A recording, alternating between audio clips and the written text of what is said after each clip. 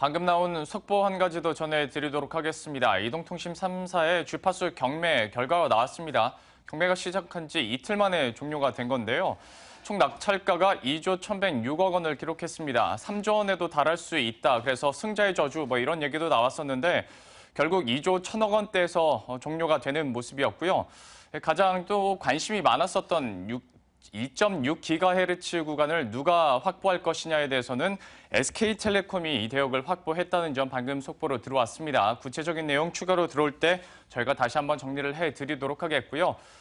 그리고 우리나라 경상수지 얘기도 한번 해보도록 하겠습니다. 수출, 우리나라 여전히 부진합니다. 점점 더 걱정이 되고 있는 상황인데요. 구체적으로 수치가 어떻게 나왔는지 취재기자 연결해서 함께 알아보도록 하겠습니다. 이명재 기자.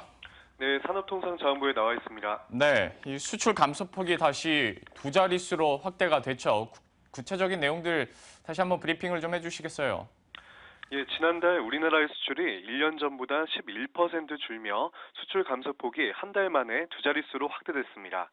산업통상자원부에 따르면 4월 수출액은 지난해 같은 기간보다 11.2% 줄어든 410억 달러, 수입은 전년 동월에 비해 14.9% 감소한 322억 달러를 기록했으며 무역 수지는 88억 달러 흑자로 51개월 연속 흑자였습니다. 수출은 지난해 1월부터 올 4월까지 역대 최장 기간인 16개월 연속 마이너스 실적을 나타냈는데요.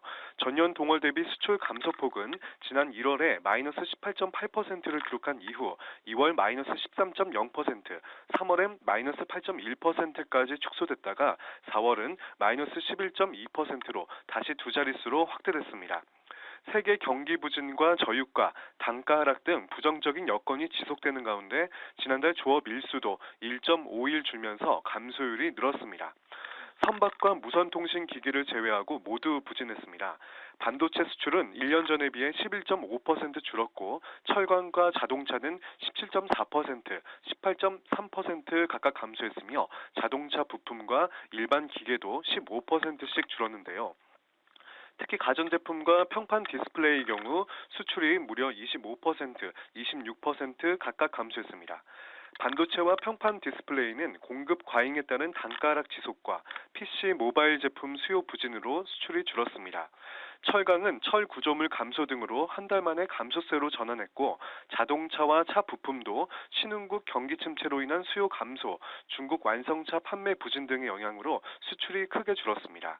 반면 선박은 해양 플랜트 2척을 포함해 총 32척의 수출로 5개월 만에 증가했고 무선통신기기도 G5와 갤럭시 S7 등 신제품 판매 호조로 3개월 연속 수출이 증가했는데요. 수출 유망 품목인 화장품과 OLED도 수출이 각각 전년 동월에 비해 34%, 26% 늘며 증가세가 지속됐습니다.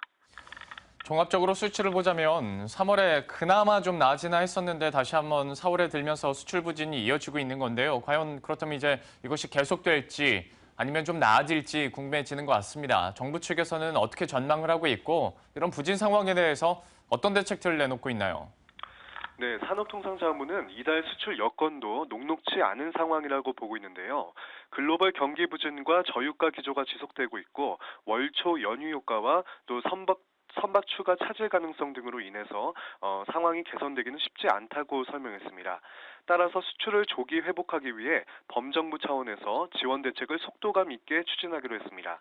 이란과 이집트, 아프리카, 인도 등 각국의 정상외교와 통상장관회담을 통해 유망 신흥시장을 개척하고 주요 프로젝트 수주 기회로 활용하기로 했습니다. 한류 붐을 결합해 박람회와 전시회, 쇼핑 축제들도 연달아 개최합니다. 중국에서 이달 소비재 박람회를 열고 다음 달 프랑스에서는 한류 페스티벌인 케이콘을 개최하며 오는 10월엔 블랙 프라이데이 행사도 진행할 계획입니다. 이렇게 해서 우리나라 오늘 아침에 발표됐었던 수출 부진 소식과 함께 정부의 대응책에 대해서 저희가 한번 살펴봤습니다. 이명재 기자와 함께했습니다. 고맙습니다. 네, 고맙습니다. 네, 이렇게 저희가 하나하나 이슈들을 계속 풀어나가고 있습니다. 바로 이어서 그럼 현장 플러스 시작을 해보도록 하겠습니다.